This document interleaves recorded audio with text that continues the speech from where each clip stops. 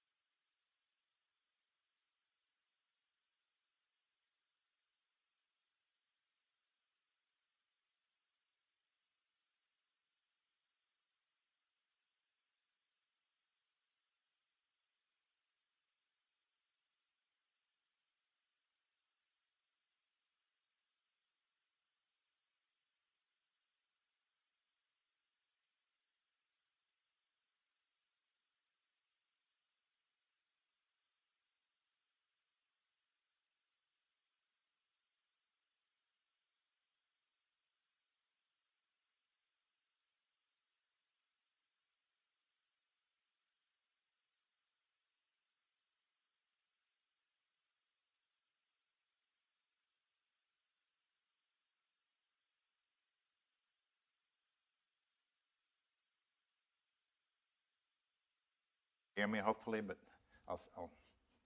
now we're good. Yes? Yeah, if you're ambitious and that you want to be able to explain everything in the universe, including the more mysterious part of it, including black holes and the Big Bang, so that should be a successful sort of a requirement.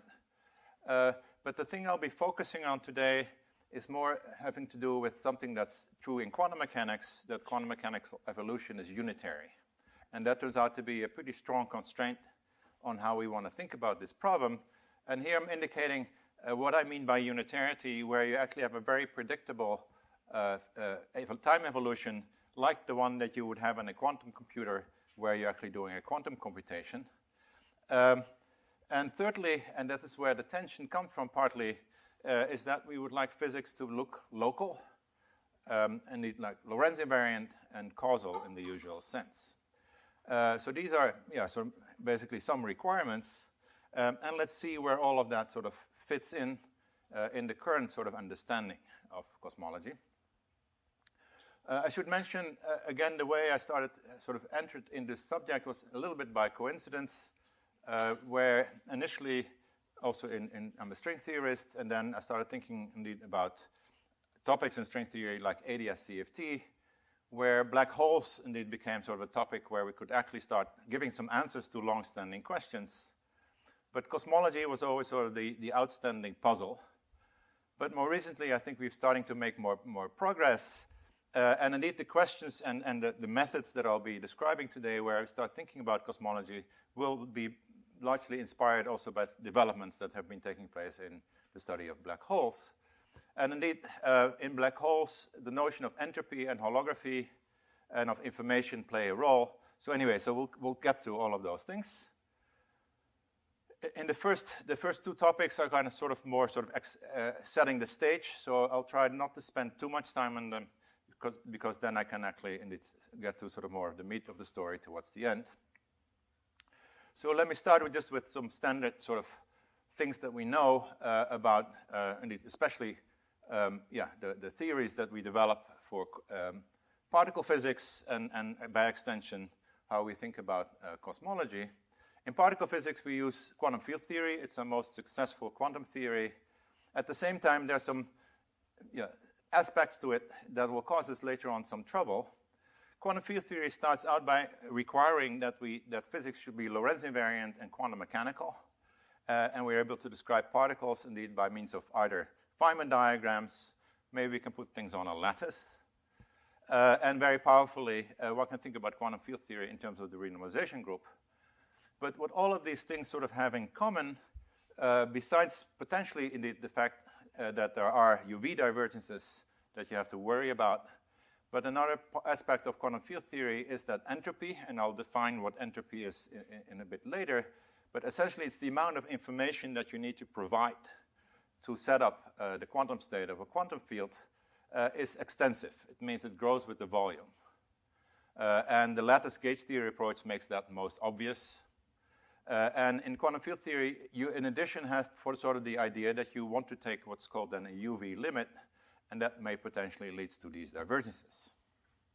So that's sort of our mathematical sort of quantum mechanical framework, which is highly successful. And equally successful is the standard model of Big Bang cosmology, which can explain an amazing amount of data just with very simple input. In that case, we know that the universe started with a Big Bang, meaning it is expanding, and indeed we can see structure, primordial fluctuations that were created at the time of the Big Bang. And one question you could ask is, what is their origin? And quantitatively, indeed, this sort of has been extremely well modeled by a theory that I'll describe in a second, which is inflation. And it was motivated in part, at least to me, the most important motivation for inflation was the fact that if we look at the sky, then first of all, the temperature on the sky indeed has this structure. But the first thing that you actually notice is that the temperature across the sky is amazingly uniform. And it also means that if you look 15 billion light years in that direction, 15 billion light years in the other direction, basically things look statistically identical. And that's very surprising because we're looking very far back in time, just sort of 300,000 years after the Big Bang, but nonetheless, the sky was amazingly uniform. So that's a question. And that, of course, led indeed to the theory of inflation that would try to explain this. But if you look at this plot, there are indeed two things about inflation. One of it is that it postulates this expanding universe. The other amazing thing that it does is that it basically tries to explain the structure in the universe from the point of view of quantum fluctuations. And if you think about it a little bit, it's like the most bold statement that you could make as a physicist is that the largest structures that we see in the universe may come from quantum mechanics. But that's exactly what inflation does.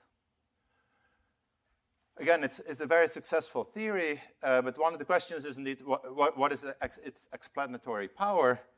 And one of the sort of still achievements is that you can actually write down a mathematical model that would explain why the fluctuations are there by just looking at indeed fluctuations of something that you could call a clock, or people call it the inflaton. It's a thing that was there in the early universe. It was responsible for the fact that initially the universe actually had a large energy density that was propelling sort of the inflationary expansion. But then if you look at the fluctuations around that geometry, you get this particular equation, which is the Mukhanov-Sasaki equation. And if you look at it carefully, this 1 over eta is called the conformal time, and it goes to 0 at the end of inflation, which means that this turns into an upside-down harmonic oscillator. And basically, upside-down harmonic oscillators behave like this. They basically create an amplitude, and that amplitude is the thing that actually seeds the motion, or the fluctuations in the early universe. So that's an amazing theory, but as I mentioned already, the fact that these are quantum fluctuations is a pretty remarkable claim. We've not proven it, but the best proof of the fact that inflation is successful is that we don't have really an alternative theory. Okay? That's the way sort of sometimes science works. So now let me go to the next stage where basically we say, hey, this works remarkably well. Why not just say that we're basically done? And then we sort of come indeed to sort of maybe partly history, where people, and one of my heroes of this story, although there are a bunch of them, would be John Wheeler, started asking certain questions. Basically, okay, physics is very successful in describing all these phenomena, but when we start thinking about cosmology or about black holes, there's something nagging. And this, quite remarkably, actually was a little book that Wheeler wrote in 1990, which is before there was such a thing as holography, where he was indeed talking about information physics and quantum, and the search for links, where he basically felt that there was something missing about how we thought about the theory of the world. He had a quote, it for a bit. A little bit later, we turned that into it for a qubit, where essentially, by thinking about information, we should be able to start understanding more about what gravity is and about what happens sort of really at the scale, or maybe even of the cosmos. Now, so what was bothering Wheeler? Maybe at the danger of losing almost all of the audience, let me mention another Princeton sort of visionary, not Einstein, but in this case, von Neumann. And one way of thinking about sort of a switch in how to think about physics, let's go to a paper, or this is a booklet that von Neumann wrote just a couple of years after quantum mechanics was invented, that he called the Grundlagen der Quantenmechanik, the ground foundations of quantum mechanics. And he introduced three things, which I always ignored long time in my theoretical physics career: a type 1 and type 2 and type 3 von Neumann algebra. What are those things? It's basically a thing where you have quantum mechanics where you actually can do things as you would normally do with a harmonic oscillator, with a Hilbert space, and a nice unitary evolution. There's something you could call type 2, which you can think of as basically the large n limit of large matrices. And then type 3 actually was what later became quantum field theory. Now, it turns out that only in type 1 you can actually really talk about something that we call quantum information. If you build a quantum computer, then you basically want to be able to count bits or qubits. And that's sort of the philosophy that Wheeler was sort of putting forward. And indeed, Wheeler was one of the first people that started asking questions like, hey, where is the information stored in our universe? And you can ask that sort of just on the basis of things that we see, and then you can make a list. And roughly you find out that most things in the universe have an entropy, which is another measure of information, that's roughly in the order of 10 to the 90. That's the typical number of atoms in the universe, in the visible universe, or the number of CMB photons, or at least the entropy in the CMB photons. But then, surprisingly, what you see is that black holes, and that's a slight extension of sort of things that we may perhaps know, black holes are actually the thing that carries most entropy in the universe. But the reason why we kind of believe that is because we started thinking about quantum properties of black holes, where we're actually thinking about black holes as containing information. And it started indeed with a question of Wheeler to Jacob Bekenstein, where he said, hey, if I break a cup and I have created entropy, but now I throw my broken cup into a black hole, what is that? Where is the entropy going? Because a black hole has no hair, it has no information, so somehow I can destroy information by throwing it into a black hole. Something should keep it. And Bekenstein came back, and a few years, or actually less than a year later, Hawking came even with a better answer to the question by Wheeler, and indeed Hawking discovered that black holes do actually have an entropy, which is the Bekenstein-Hawking entropy. Most of you have heard about this. And very famously, that entropy has an interesting scaling with the size of the black hole, where it goes with the horizon size of the black hole. So the number I gave you earlier of the 10 to the 104 as the entropy of black holes, that's just basically the total area of all the black holes in the universe in Planck units. That's the information. So you could say Hawking, indeed, he made a theoretical calculation. He predicted that black holes have a temperature, but then you could say this temperature is exceedingly small for any physical black hole, so it's not very relevant. But the entropy is an important statement. The other statement is that there's a very precise analogy between entropy, or the first law of thermodynamics, and the way black holes behave. This became the rules of black hole thermodynamics. And these kind of structures over the last 50 years, basically, because this paper is 50 years ago, developed into something that we now call the holographic principle, where indeed we basically postulate that a black hole indeed has this entropy. And then the question is, can we actually write down a theory that explains it? Now, I'm going to be talking about cosmology. And Hawking, the great scientist that he is, immediately sort of jumped indeed to the same question after his work on black holes. And with Gibbons, he wrote a paper where he also identified a temperature and an entropy to the de Sitter universe. And he got basically the same answer. But in this case, now the area that's here is not the area of a black hole, but it's the area of the observer horizon in an expanding universe.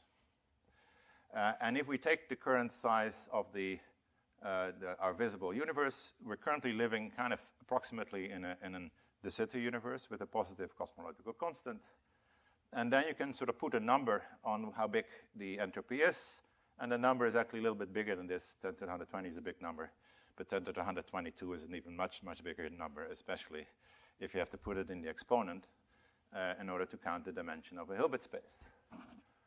Now, so that's the claim, is that there is actually information out there that I would say should be associated with the fact that we have dark energy in the universe, which is responsible for the accelerated expansion. And the question is, what is dark energy? We don't know, but somehow it's the thing that's responsible for this number. Now, you can well say, okay, well, this number is so big that I could just make it as well infinite.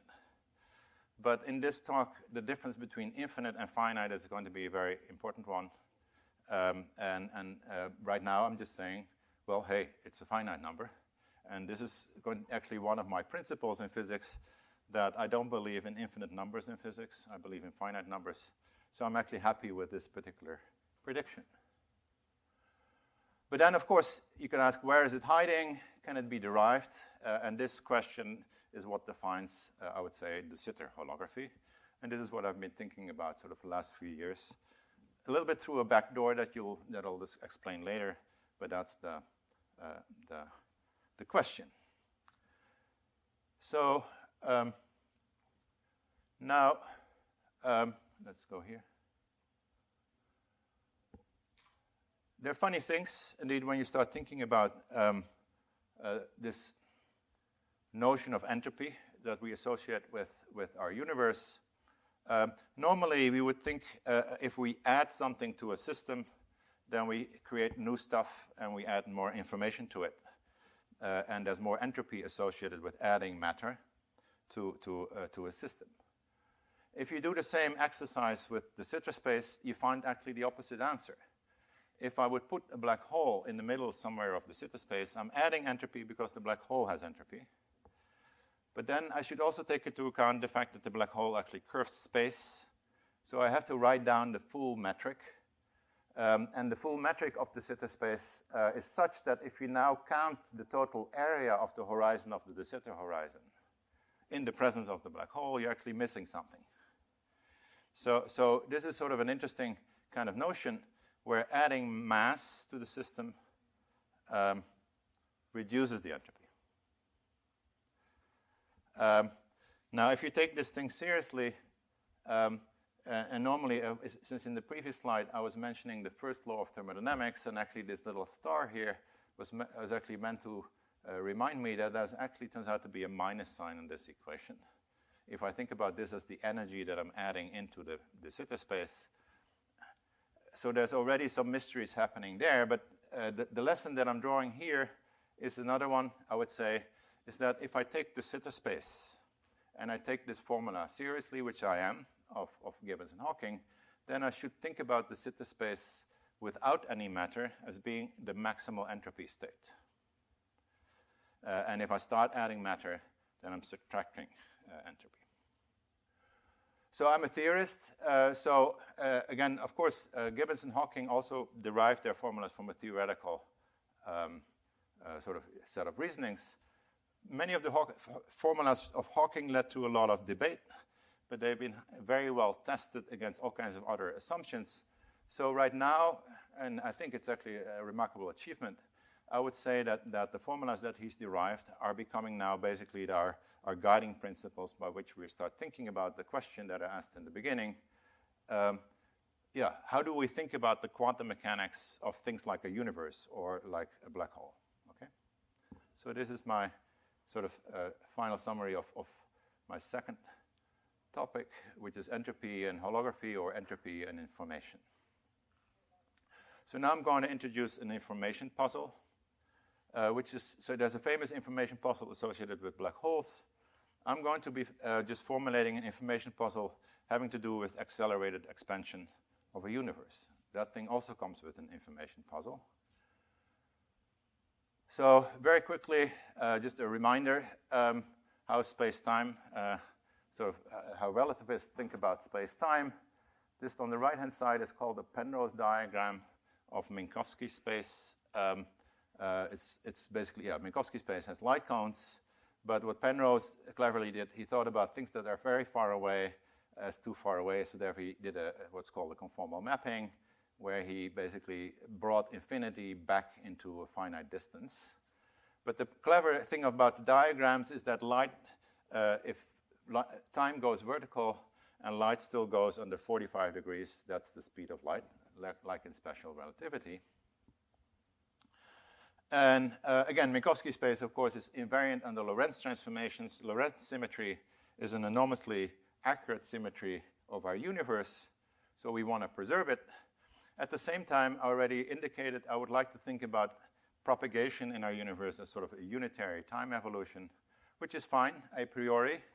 I can do that sort of in this is a picture of a quantum circuit where I imagine sending in a signal and sort of letting it propagate through the computation in this quantum circuit. And this triangle here would map to the future light cone of that particular point. I should warn you, though, that if you really want Lorentz invariance, then this is not cutting it, because you want to be able to do Lorentz boosts, and doing Lorentz boost here is not quite the right thing. But this is the picture that one would like to develop. But now let's think about de Sitter space-time.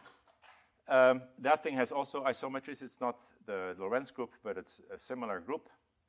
But there, what happens because of the exponential expansion of the universe, that you can only communicate with regions of space that are not too far removed from you, because people that, or at least objects or other creatures that are farther away from us than a certain distance will be moving away from a given observer by faster than the speed of light because of the stretching of space.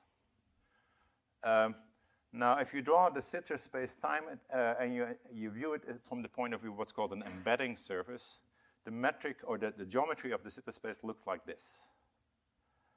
And if you're an observer and you sit on the blue line, then the region of space that you can see still is the red region that's indicated here. And it's only a small part of the total space. That part is called the static patch. So this is the Penrose diagram, again, of that particular space, where this line here is the infinite future. This line is the infinite past. This vertical line is that line, and these dotted lines are the two red lines that are sitting there. So that's the Sitter space. But now let's look at inflation. In inflation, inflation is a bit of a funny theory because it actually is two de Sitter spaces stacked on top of each other in my mind, because the inflation assumes that there was this inflationary expansion very close to the initial time of the Big Bang, and that's the Sitter space with a very high curvature, which means that it expanded very quickly. And that's the way in which we explain why the sky is so uniform. Because everything was sort of coming from a very tiny universe, and everything was close to each other at a certain point early in time. But then at some point, inflation stops. So it's like a clock, and it's very important in order to explain the primordial fluctuation that the expansion, the initial expansion, stops like that. So there was some kind of field or a clock that basically was telling space to stop expanding. And then for a while, it was matter-dominated, and now it's again dark energy-dominated. And it's again a de Sitter universe, but with a much bigger radius. And what that means is that if we live basically on a line that sits here, we live somewhere in the far future relative to this early universe expansion. And if we look back, we can look at a big part of the sky, and that big part of the sky will have many of these static patches. Because if you look at it, the static patch during inflation was maybe of the order of 10 to the order Planck length, or it was actually small. It expanded. Typically, people talk about 60 e-folds. That's like 30 10-folds, if you wish. So there are basically 10 to the 90 static patches at the future slice of inflation, and we're looking back at that. And that's what the initial imprint on the sky is. But now there's something funny about this whole thing, is that there's a lot of entropy, a lot of stuff on that big slice here. It's as big as our universe. All that stuff has to come from something. Now, the past of this region is not bigger than this whole square. At least the Penrose diagram contains the full past of that initial slice, which means that any stuff that I have up here would have to come from one of these two patches. That's the essence of inflation. Which means that all the entropy that we see here would have to fit in a patch that's like 10 to the 3 Planck length. Now, some of you may not have difficulty with that. I have difficulty with that because essentially this is a very tiny volume, and we've just sort of seen that information takes up area, it takes up space, and you cannot put it in there. So something has to give. I'll repeat the same statement here.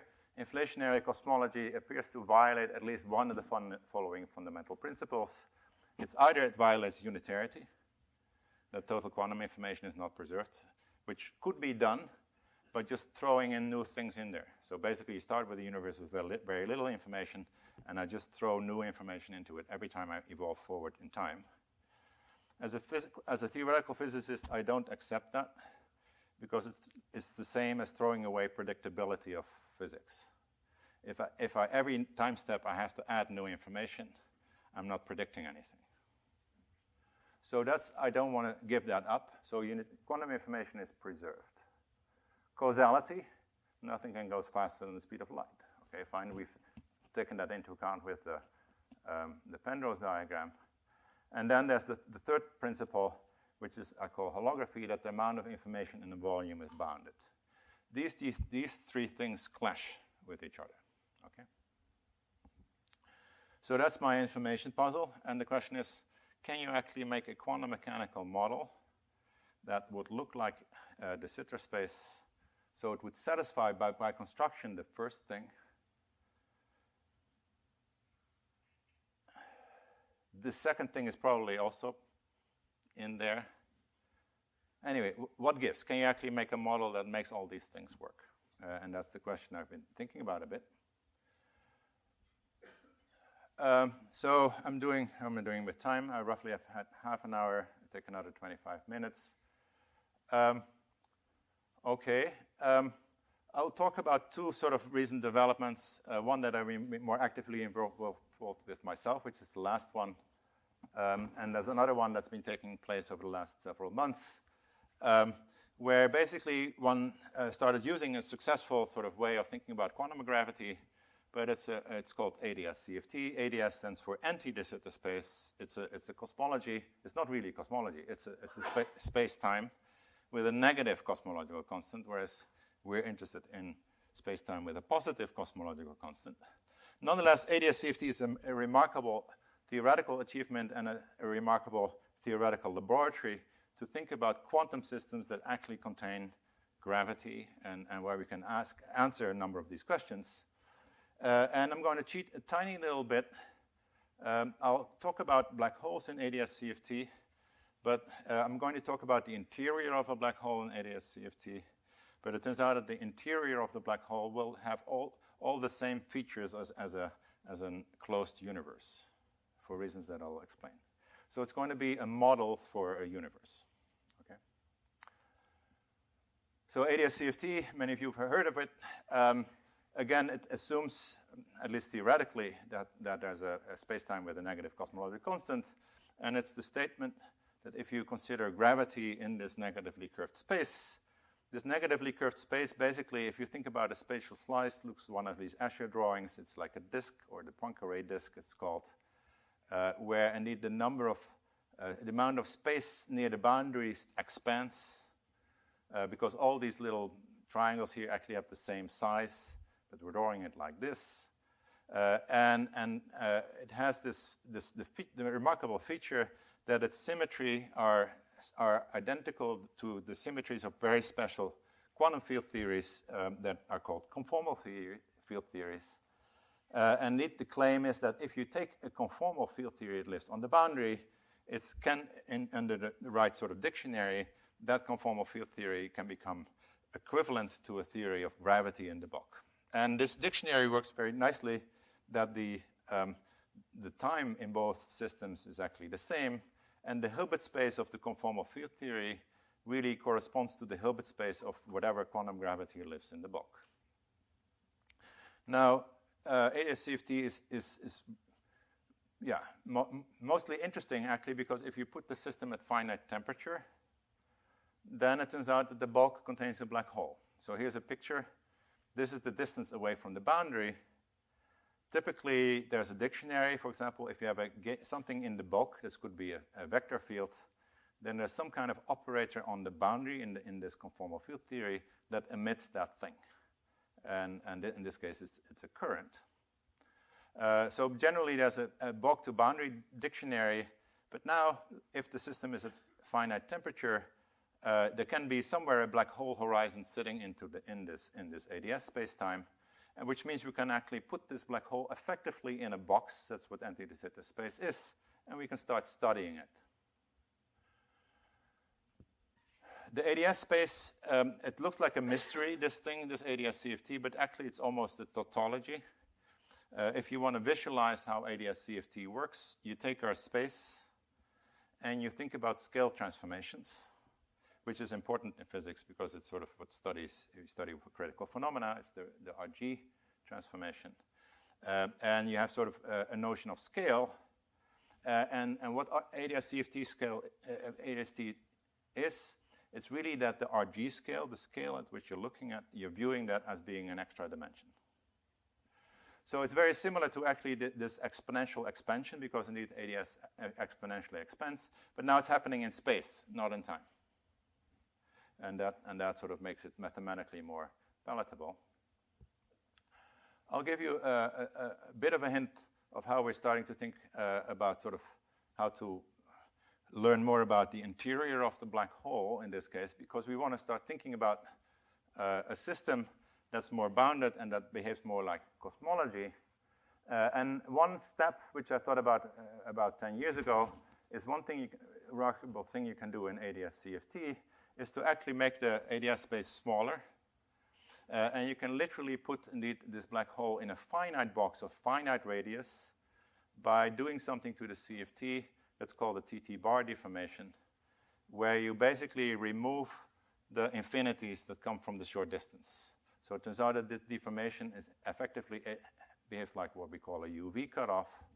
And it turns out that indeed the energy spectrum of this particular theory precisely matches with what you would have expected if you put, for example, a black hole in a box. And you can find a very nice dictionary between the parameter mu and the radius here. And it's precisely such that if I would take a black hole whose Schwarzschild radius would coincide with the size of that box, so basically I'm filling up the whole black hole with the box with the black hole, you're precisely finding a funny behavior where essentially it turns out that the theory is going to live at infinite temperature. The theory becomes infinitely hot. And you can understand that because basically if you're sitting right outside of the horizon, you have to accelerate in order to not fall into the horizon.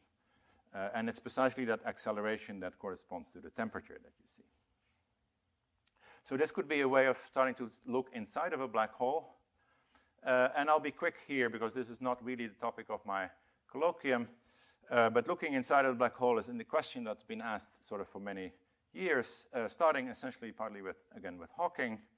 And indeed, because basically there are two ways of thinking about the interior of a black hole. If you jump into the interior of a black hole, there's a beautiful geometry sitting inside of a black hole. There are black holes that are 10 billion solar masses. That's a pretty big chunk of space. And you can jump into this black hole without actually noticing it, except that at some point in your future, you're going to have a singularity that you're going to fall into. However, it turns out if you look at it from the outside, there's a bit of a sort of confusion because anything that falls into the black hole seemingly gets burned up in Hawking radiation. Smart people, indeed including my advisor at Hoofd and others, and Hawking, and have sort of thought about these things. They derived many interesting properties of black holes that I already mentioned. One idea, indeed, is that the black hole itself, indeed, should still be thought of as a quantum system, but precisely sort of this effect that the horizon looks like this odd space region in space, where everything gets enormously redshifted if you move away from it, or blue shifted if you go back in time. It turns out that leads to an instability that people have called the black hole butterfly effect. But essentially, it means that we can start thinking about black holes as quantum mechanical systems with what we call maximally chaotic dynamics. So this is the lesson that we've kind of learned from ADS-CFT. Let me sort of bring that down to a slightly more basic level, perhaps.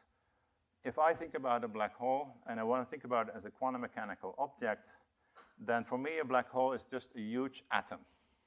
It's a thing that has many energy levels. They're enormously dense, so it's not just a few sort of orbits or orbitals, but it's enormously many levels. But this black hole can do the same thing as what an atom does. If it's in an excited state, it can decay and emit something. That's what Hawking radiation is. Now, what's unusual about black holes and Hawking radiation is that a black hole can only emit a particle if it actually does initially some pair creation process. Hawking radiation is thought of as a pair creation process, which means that the thing that gets emitted has sort of what we call a Hawking partner, a thing that sits in the interior of the black hole. But if you think about sort of how energy works, it turns out that, of course, if something escapes the black hole and it carries energy, then whatever its partner is should sort of reduce the amount of energy of the black hole. So this is exactly similar to the situation we talked about in the Sitter space, that if you sit inside of a black hole, you may think that you're adding something to the state of the black hole, but you're actually subtracting something. That's exactly what this mode is doing. I was having a discussion, at least today, and we were talking about quantum error correction, and I mentioned that quantum error correction was also relevant for black hole physics. And indeed, one way of thinking about it, this was something that I worked on with my brother, the repeat of my last name, a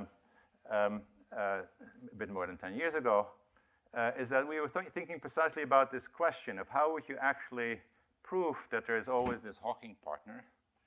And it turns out that quantum error correction is indeed the way to kind of understand that.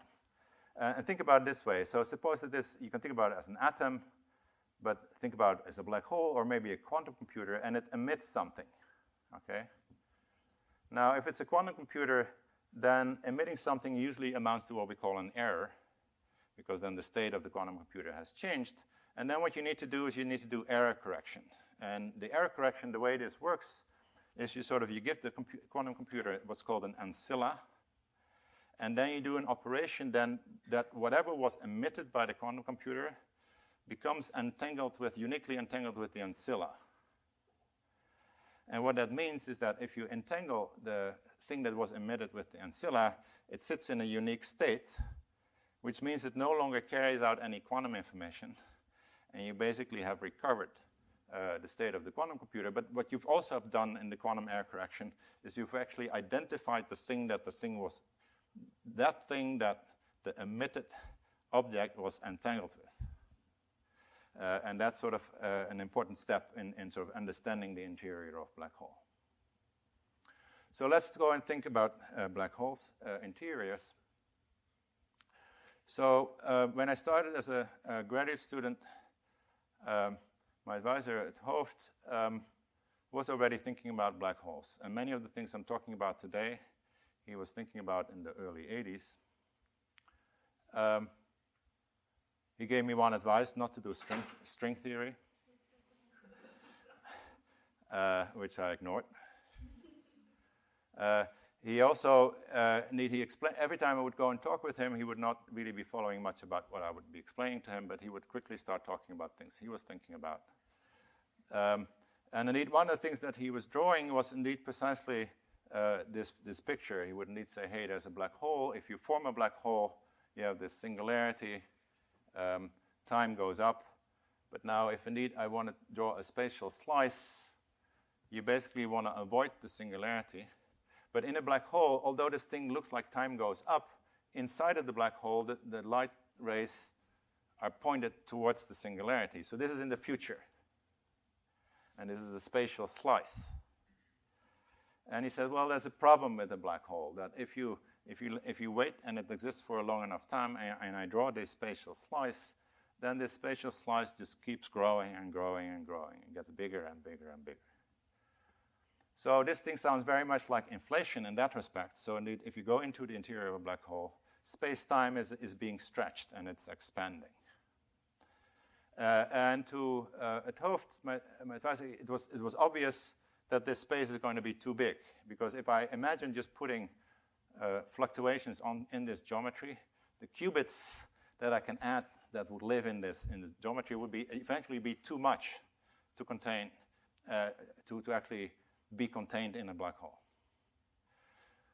So although this is a perfectly nice part of space-time, a priori, if you stay away from the singularity, in the end, it's a wrong picture, a mental picture to have, that you can just think about this space as real, where you can just sort of build, say, a lattice that lives on that space, and where the lattice actually means something.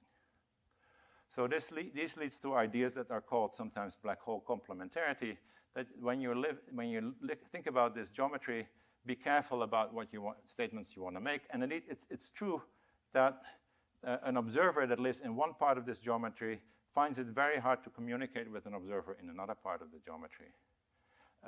So in the end, we're going to be talking about actually things that are actually observable, and the distinctions between things that we should call real in the quantum mechanical sense, and perhaps real from the point of view of just drawing this geometry. Let me increase in case you are not enough confused by this particular geometry, here's the Penrose diagram. This is how Hawking draw his diagram of a black hole that evaporates. This thing is the region of the black hole. That's the interior of the black hole. That's the thing that grows. That's the exterior of the black hole, okay? Now, Hawking radiation lives on the red piece. Whatever fell into the black hole lives on the blue piece. And the two things are typically entangled. So there's both information here and information there. But now we're making an assumption that a black hole can actually evaporate. It can lose its mass, and that's what this diagram represents, is that the black hole eventually disappears.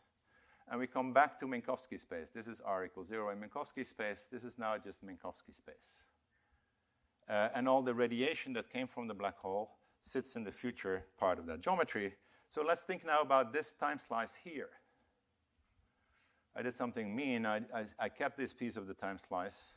It ends at that point, and then there's that part of the time slice. And now the two parts are disconnected. There's a piece that just sits in the interior that's still there. But now if you think about information, all the information sits in the red piece, at least if I'm outside of the black hole. And the black hole should disappear. So what to think about this thing, okay? So there are people that indeed thought about the information paradox, and they said, okay, do you know what? I can preserve information if I have a baby universe escape. And this is part of the proposal. So maybe the last few slides I was going a little bit slow. I have about 10 more minutes. Is that roughly right? So for the last 10 minutes, I'm going to give you a little bit of an impressionistic picture of some things that people are doing, and I apologize if I cannot sort of explain all the intermediate steps, but I'll give you a little bit more sort of under the hood view of what's happening. This slide is going to be very quick. Basically, one conclusion that people are drawing is that if I want to describe physics inside of a black hole, I should no longer, indeed, inside of a black hole, think about unitary evolution. Basically, what I should do is I should think about the interior of the black hole as a quantum system.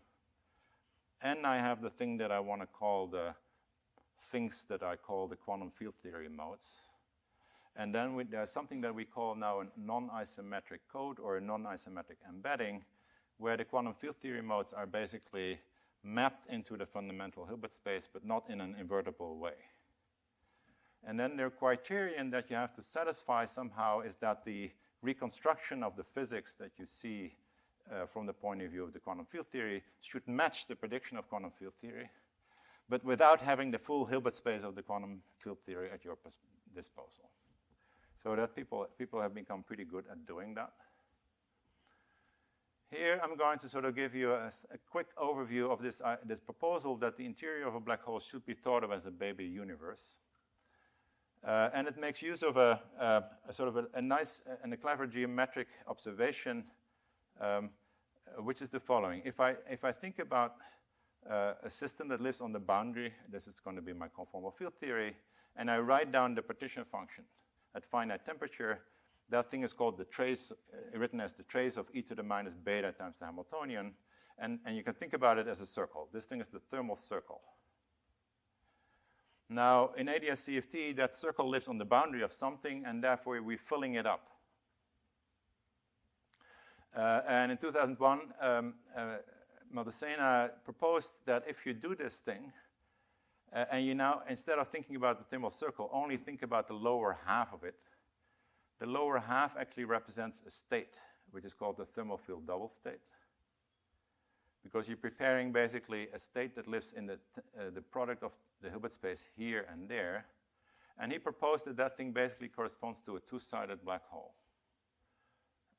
Nowadays we're calling that ER as EPR because the ER bridge sits here.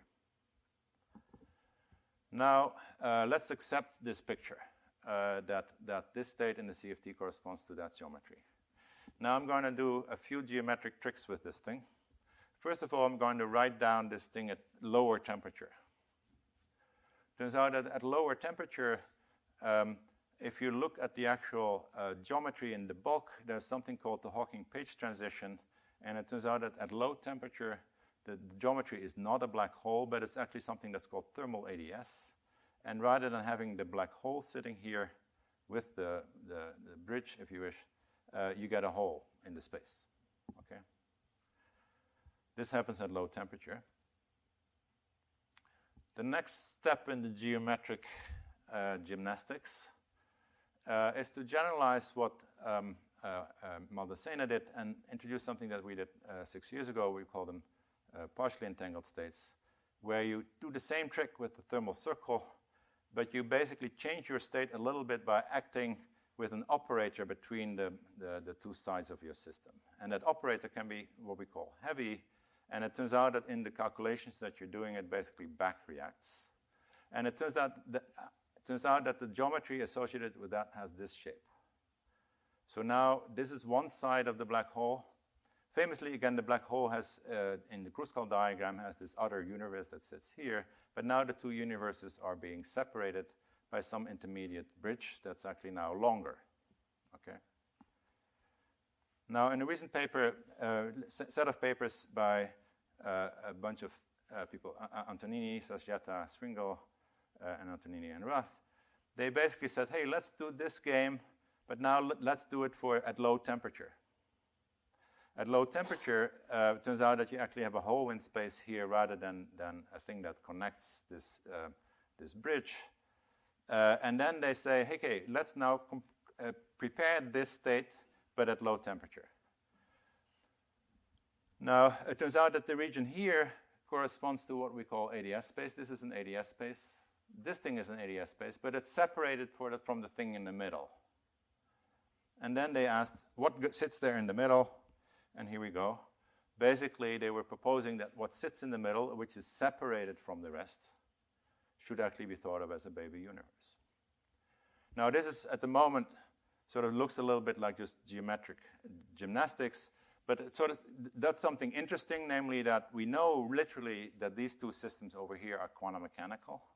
We did some computation with it, and we created something that describes a closed universe, which is currently being investigated of how this sort of fits the mathematical sort of requirements that we have for closed universes. So this is maybe a bit too quick to understand, but this gives you at least a little bit of the gist of what the people are playing with. For the last, unfortunately, indeed 5 minutes, but again, I'll be sort of a bit more schematic. I'm going to talk about a thing that sort of I got drawn into all of this.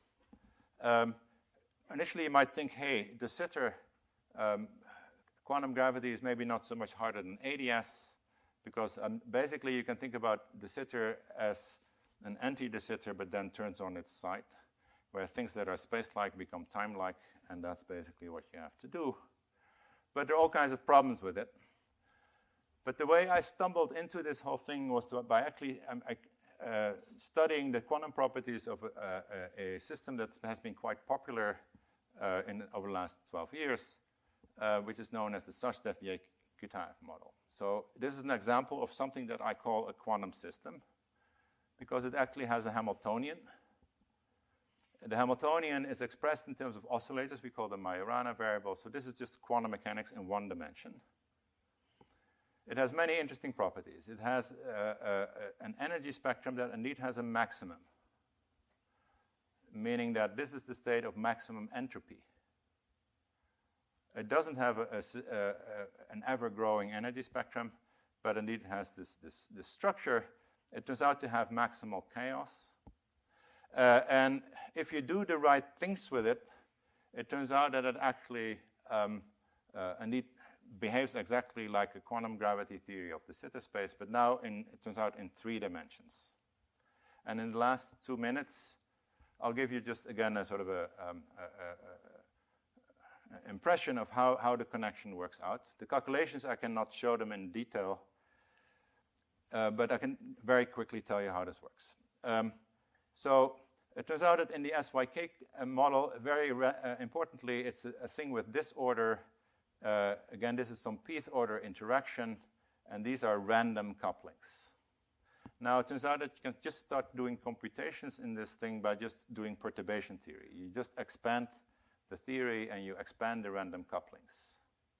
It turns out that because the couplings are Gaussian, that you can essentially do what's called a Wick expansion, that you basically just look at the correlations between these Hamiltonians. And this is how you create something that are called chord rules. And then basically because of Fermi statistics, it turns out that you basically sum all the Wick rules, but when two of these lines intersect, there's a penalty that you have to pay because there could be overlapping indices of fermions. Long story short, if you look at this structure that follows just by summing these diagrams, you're going to recognize a structure that people have already studied. In 3 dimensions, the sitter has back reaction. It has the same feature as what I described before, that a mass actually reduces the horizon. But in this case, the horizon is not an area, but it's a circumference.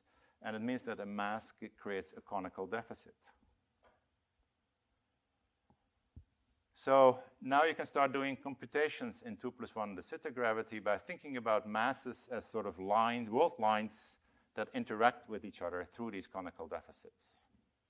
That structure is very similar to what you have in, say, Aharonov-Bohm effect or in Chern-Simons theories, where trajectories of particles that surround each other pick up phase factors that are dependent on the quantum numbers. Because actually we're now living in 2+1 dimensions, so my de Sitter space is 2+1 dimensional, world lines can actually link. And it turns out that people have studied these kind of theories very closely, where world lines can link and they influence each other wave function. And it turns out that that leads to something that connects with mathematics even, and it's called knot theory, where precisely sort of those linking interactions give you something that are called knot invariants. It turns out that the structure that you get if you study gravity in 2+1 dimensions precisely organizes itself in the same mathematical structure that I just wrote down for the SYK model. One can do all kinds of other interesting checks. You can sort of look at 2-point functions in de Sitter, and it turns out that the SYK model satisfies those things. Instead of having a conclusion slide, let me just sort of mention one thing that we're doing right now, which is kind of a cool thing, and which makes the de Sitter space interesting, is that, so we have now this quantum system, it's the SYK model, and we are now doing currently the following Gedanken experiment. If I would not care about back reaction, if I just in the de Sitter space, and I'm sitting at the north pole of what's then called the de Sitter space, then there's someone behind my horizon that I cannot communicate with. Okay? Turns out to be wrong. If there's someone very far away in the de Sitter space, you can actually still communicate with each other, but you have to do it in a coordinated way, where basically it turns out that a signal that comes from one side cannot reach the other side because you have to go faster than the speed of light. But the de Sitter space happens to be such that if you now send 2 signals from 2 sides and you collide them here, basically the horizon always opens up and you can actually communicate. So this is a theoretical calculation that we're trying to do in the quantum system, which would be another kind of way of testing the duality with the de Sitter space. So I should stop here because I've used sort of my time pretty exactly to the hour. I've sort of given you maybe a little bit of a wild ride through sort of the various ideas that people have developed in the context of thinking about gravity, quantum information, and sort of, what we now call holography. I think we're making quite a bit of progress of thinking about cosmology from this perspective. Of course, the number of questions in this talk beats the number of answers that I've given you, but I think that's maybe a good thing rather than a bad thing. Thank you.